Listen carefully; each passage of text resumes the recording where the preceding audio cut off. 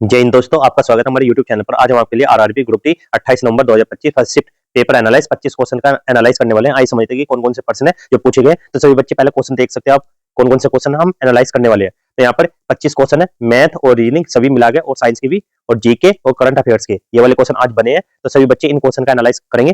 तो सभी बच्चे क्वेश्चन को लिख भी सकते हो और नोट कर लेना सभी बच्चे, ठीक है। ये वाले क्वेश्चन है, इस तरीके के क्वेश्चन पूछे गए हैं आज। और ये कितने क्वेश्चन है? 25 क्वेश्चन है, और 25 क्वेश्चन का हम एनालाइज करने वाले हैं। तो पहला क्वेश्चन आज का हमारा, चलिए क्लास को शुरुआत करते हैं। तो पहला क्वेश्चन है हमारा, तो यहाँ पर कौन सा है देखो, पहला प्रश्न हमारा, भ्रष्टाचार धारणा सूचकांक 2024 में भारत का कौन सा स्थान है? तो जो भ्रष्टाचार धारणा सूचकांक 2024 में भारत का कौन सा स्थान रहा? 85, 96, 102, 88। तो सभी बच्चे कमेंट करके बताना। तो इसका आंसर है ऑप्शन नंबर बी, बिल्कुल राइट आंसर है। तो क्या है? Option number B, 96। Transparency international CPI 2024 के अनुसार भारत 96वें स्थान पर है। सीपीआई सूचकांक में देशों को 0 से 100 के पैमाने पर भ्रष्टाचार की धारणा के आधार पर रैंक किया जाता है। तो यहाँ पर समझें, देखो, जिसके कम अंक रहेंगे वो अधिक भ्रष्टाचार है, ठीक है। जैसे यहाँ पर किसी की रैंक 1 होती तो सबसे ज्यादा अधिक भ्रष्टाचार था, लेकिन किसी की 80 है, तो इसका मतलब क्या है? ये कम भ्रष्टाचार है। तो भारत क्या है? 96वें स्थान पर, तो ये भ्रष्टाचार कम भ्रष्टाचार है, ठीक है। इससे अगला क्वेश्चन जो पूछा गया, तो सभी बच्चे नोट करते रहना। RIMS का फुल फॉर्म क्या है? Rajiv institute of medical science, Rajendra institute of medical science, Rajasthan institute of medical studies, या regional institute of medical science. तो ऑप्शन नंबर बी बिल्कुल राइट आंसर है। क्या है? Rajendra institute of medical science. इसका क्या? RIMS झारखंड राज्य में स्थित प्रमुख चिकित्सा संस्थान है। यह विभिन्न चिकित्सा पाठ्यक्रम और उपचार सेवाएं प्रदान करता है। और इससे अगला क्वेश्चन जो पूछा गया, यहाँ पर सभी बच्चे नोट करते चलना। सेल डिवीजन किस प्रक्रिया को दर्शाता है? जो सेल डिवीजन है या कोशिका विभाजन किस प्रक्रिया को करता है? तो कोशिका की वृद्धि, कोशिका का विभाजन, कोशिका की मृत्यु, या कोशिका स्थिरीकरण। तो क्या करता है? ऑप्शन नंबर बी बिल्कुल राइट आंसर है, कोशिका का विभाजन। सेल डिवीजन का अर्थ है एक कोशिका का 2 या अधिक नई कोशिकाओं में विभाजित होना। मुख्य प्रकार है, पहला इसमें माइटोसिस सामान्य वृद्धि और मरम्मत के लिए होती है माइटोसिस। एक माइसोसिस प्रजनन के लिए। तो प्रजनन के लिए कौन सी है? माइसोसिस। और माइटोसिस सामान्य वृद्धि और मरम्मत के लिए। तो इससे अगला क्वेश्चन जो पूछा गया, प्रकाश संश्लेषण या फोटोसिंथेसिस में मुख्य उत्पाद क्या होता है? CO2 और O2, ग्लूकोज और ऑक्सीजन, पानी और ग्लूकोज, प्रोटीन और ग्लूकोज। तो ऑप्शन नंबर बी बिल्कुल राइट आंसर। ग्लूकोज और ऑक्सीजन की आवश्यकता होती है किसमें? प्रकाश संश्लेषण में। मुख्य उत्पाद ये होते हैं जो मिलते हैं। कैसे? पौधे सूर्य के प्रकाश, जल और CO2 का उपयोग करके ग्लूकोज और O2 उत्पन्न करते हैं। यह प्रक्रिया क्लोरोफिल द्वारा होती है। किसके द्वारा होती है? क्लोरोफिल के द्वारा। ये क्लोरोफिल किसमें होता है? प्रकाश के जो पत्ते होते हैं हरे, उन्हीं में होता है। इससे अगला है, ग्रंथि या ग्लैंड्स क्या करती हैं? इनका काम क्या है ग्रंथि का? हार्मोन का निर्माण करना, ऊर्जा का उत्पादन, कोशिकाओं को विभाजित करना, पानी का अवशोषण। तो इसका है ऑप्शन नंबर ए, हार्मोन का निर्माण करना। किसका? ग्रंथि का। तो ये क्वेश्चन पूछे जा रहे हैं, सभी बच्चे नोट करते चलना। ग्रंथि शरीर में हार्मोन बनाती है। हार्मोन रासायनिक संदेशवाहक होते हैं जो शरीर की कार्य प्रणाली नियंत्रित करते हैं। तो इससे अगला क्वेश्चन जो पूछा गया आज, हार्मोन क्या होते हैं? रासायनिक संदेशवाहक, ऊर्जा के स्रोत, कोशिका के घटक, पोषण का माध्यम। तो क्या होते हैं? ऑप्शन नंबर ए बिल्कुल राइट आंसर है, रासायनिक संदेशवाहक होते हैं। हमारे शरीर के हार्मोन शरीर के अंगों और कोशिकाओं को आपसी संदेश भेजकर कामकाज नियंत्रित करते हैं, जैसे वृद्धि, विकास, पाचन, प्रजनन। तो हार्मोन क्या करते हैं? वृद्धि को नियंत्रित करते हैं, विकास को, पाचन को और प्रजनन को, इस तरीके से, ठीक है। इससे अगला क्वेश्चन जो पूछा गया आज के पेपर में, न्यूटन के प्रथम नियम से क्या सिद्ध होता है? तो यहाँ पर ये क्वेश्चन भी पूछा गया न्यूटन से संबंधित। प्रत्येक क्रिया के बराबर और विपरीत प्रतिक्रिया होती है। यह है, यह वस्तु स्थिर रहे, यह समान गति से चलती रहेगी जब तक कोई भारी बल न लगे। इससे अगला है, बल और त्वरण के बीच संबंध, गुरुत्वाकर्षण का नियम। तो यहाँ पर क्या? ऑप्शन नंबर बी बिल्कुल राइट आंसर है। ये क्या है? वस्तु स्थिर रहे, यह समान गति से चलती रहेगी जब तक कोई भारी बल न लगे। ये किसका नियम है? यह जड़त्व का नियम। इसे बोलते हैं न्यूटन का फर्स्ट लॉ या मोशन। जड़त्व का नियम क्या कहता है? कि वस्तु अपनी वर्तमान स्थिति में बनी रहती है जब तक कोई भारी बल उस पर न कार्य करे। इससे अगला क्वेश्चन है जो पूछा गया, लेंस पर आधारित क्वेश्चन था ये। लेंस थ्योरी पर आधारित कौन सा उपकरण कार्य करता है? दूरबीन, पंखा, मोटर, थर्मामीटर। कौन करता है कार्य? ये करता है ऑप्शन नंबर ए, दूरबीन।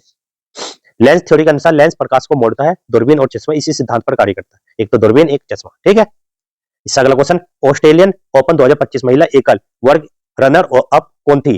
तो कौन थी यहाँ पर? Option number A, medicine keys, Aryna सेबलेंका, Serena Williams, या कोको गोफ। तो क्या? Option number A, B, Aryna सेबलेंका। Final में मेडिसन कीज ने आर्याना सेबलेंका को हराया, इसीलिए आर्याना सेबलेंका रनर अप है। तो विनर कौन थी? Medicine keys.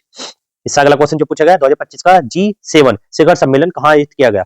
Germany, Canada, Japan, France. तो ये कहां पर हुआ? ये ऑप्शन नंबर बी बिल्कुल राइट आंसर है, कनाडा में हुआ था G7 शिखर सम्मेलन 2025 का। 91वां जी समिट 2025 कनाडा के कनास्किस में आयोजित हुआ। कहां पर? कनास्किस। इससे अगला क्वेश्चन, 2025 में किस क्रिकेटर को पद्मश्री से सम्मानित किया गया? विराट कोहली, रविंद्र चंद्रन अश्विन, रोहित शर्मा, जसप्रीत बुमराह। तो किसे option number B, Ravichandran Ashwin को। किसे अश्विन को? इन्हें मिला 2025 में रविचंद्रन अश्विन को उनके खेल योगदान के लिए पद्मश्री से सम्मानित किया गया। किससे? पद्मश्री से। किसे? रविचंद्रन अश्विन को। इस तरीके के क्वेश्चन पूछे जा रहे हैं, सभी बच्चे नोट करते चलना। पादप टिश्यू में कौन शामिल है? मेरिस्टेमेटिक टिश्यू या कनेक्टिव टिश्यू, मस्कुलर टिश्यू या फिर थेलियल टिश्यू? तो ऑप्शन नंबर ए बिल्कुल राइट आंसर है, मेरिस्टेमेटिक टिश्यू। इसका काम क्या है? देखो, मेरिस्टेमेटिक टिश्यू पौधों की वृद्धि में योगदान करता है, ये कोशिका विभाज्य होती है या डिवाइडेड। इससे अगला क्वेश्चन है, रूट टिश्यू किसका हिस्सा है? या जड़ उतक किसका हिस्सा है? मांसपेशी, उपास्थि, जड़ का उतक या रक्त? ये होता है ऑप्शन नंबर सी, जड़ का उतक। इसमें क्या आता है? रूट टिश्यू जड़ में पाया जाता है और पौधों द्वारा पानी व खनिज अवशोषित करने में मदद करता है। काय में? एक तो पानी और खनिज को अवशोषित करने में मदद करता है, क्या? जो जड़ का टिश्यू होता है। इससे अगला, डीएनए का पूरा नाम क्या है? Deoxyribose nucleic acid, डाइकार्बोक्सिक nucleic acid, डाइकोटोमेटिक nucleic acid या डीऑक्सीराइबोज न्यूक्लिक एसिड? तो यहाँ पर क्या है? ऑप्शन नंबर ए बिल्कुल right answer, deoxyribose nucleic acid.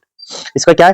DNA gene की जानकारी ले जाने वाला अणु है और आनुवंशिक गुणों को अगली पीढ़ी तक पहुंचाता है। तो कौन सी पीढ़ी तक? अगली पीढ़ी तक पहुंचाता है कौन? जीन होता है जो डीएनए में। अम्ल का पीएच मान सामान्यतः कितना होता है? 7 से ऊपर 0 से 7, 7 या 8 से 14। ये होता है ऑप्शन नंबर बी, 0 से 7 के बीच होता है। पीएच पैमाने पर 0 से 7 तक अम्लीय होता है और 0 सबसे अधिक अम्लीय और 7 तटस्थ या न्यूट्रल होता है। अब इससे अगला है कोडिंग और डिकोडिंग एग्जांपल्स है। यहाँ पर 2 क्वेश्चन बने थे कोडिंग से। तो यहाँ पर क्या CAT से DBU और DOG से क्या बनेगा? तो यहाँ पर देखो, C से अगला पद आ गया क्या? D, A से अगला क्या? B और T से अगला क्या? U। ऐसे D से अगला क्या आएगा? D के बाद क्या आता है? E, तो E आ जाएगा। O के बाद क्या आता है? O के बाद आता है P, तो यहाँ पर P लिख, तो G के बाद क्या आता है? H, तो यहाँ पर क्या आ जाएगा? EPH। EPH देख लो यहाँ पर EPH। कौन सा? ऑप्शन नंबर ए बिल्कुल राइट आंसर है, EPH। हर अक्षर को एक स्थान आगे बढ़ाया गया है यहाँ पर, ठीक है? तो सभी बच्चे देख सकते हैं। अब इससे अगला नंबर सीरीज से भी कुछ क्वेश्चन पूछे गए थे, जो 2, 6, 12, 20 देखो, 2, 6, 12, 20। इससे अगला बताना, 2, 6 में देखो कितने का गैप? 4, यहाँ पर 6 और यहाँ पर 8। ऐसे इससे अगले में 10 जोड़ तो 20 में कितना आ जाएगा? 30। तो कौन सा? ऑप्शन नंबर बी बिल्कुल राइट आंसर, 30। ऐसे इससे अगला है अल्फाबेट नंबर सीरीज से भी क्वेश्चन पूछे गए हैं, ZXV। यहाँ पर बताना, में जेड कौन से नंबर पर होता है? 26। ये कौन से पे? 24 और ये 22। तो 2 का अंतर है, तो यहाँ पर कितने पे आएगा? 20। 20 पे क्या था? टी, तो क्या आ जाएगा? टी। ये ऑप्शन बिल्कुल राइट आंसर है। ऐसे इससे अगला क्वेश्चन है, सिंप्लीफिकेशन से भी है। देखो, सबसे पहले हम क्या करेंगे? 3 से 12 को डिवाइड करो, 3 चौक 12, 4 आ गया। 4 की 2 में गुना करेंगे प्लस 4 तो नहीं 8 प्लस 5 कितने हो जाएगा? 8 और 5 13। तो आंसर क्या है यहाँ पर? 13। ऑप्शन नंबर ए बिल्कुल राइट आंसर, 13। ऐसे इससे अगला क्वेश्चन है, ट्रिग्नोमेट्री से भी क्वेश्चन पूछा गया। साइन थीटा बराबर क्या होता है? 1/2।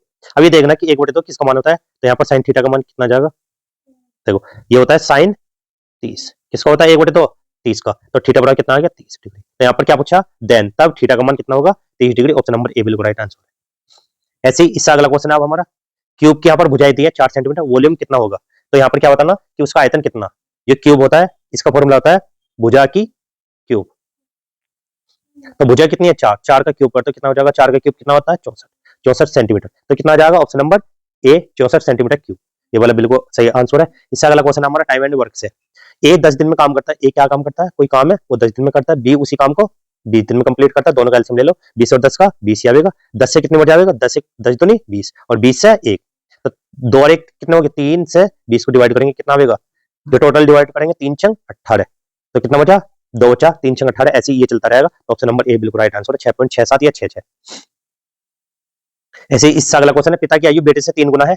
जो पिता की आयु वो बेटे से 3 गुना, पिता 3 गुना है, तो बेटा 10 वर्ष का, तो 10 की 3 में गुना कर तो कितना हो जाएगा? 30 वर्ष का हो जाएगा पिता। 3 गुना है, ठीक है? तो यहाँ पर ऑप्शन नंबर ए बिल्कुल राइट आंसर है। ऐसे इससे अगला क्वेश्चन जो पूछे गए, 500 रुपए की वस्तु 600 में बेची गई, लाभ प्रतिशत 500 की 600 में, कितने का लाभ हुआ उसे? 100 का। कितने पर हुआ? 500 पे, तो गुना, या ऐसे लिख लो यहाँ पर कितना? 100%। ऐसे तो करते हैं। देखो यहाँ से 2 जीरो से 2 जीरो गई, और 5 से डिवाइड करेंगे 20, तो 20%, तो कितना आ गया? 20% लाभ हुआ उसे। इससे अगला क्वेश्चन है, 100 रुपए की वस्तु पर 10% की छूट।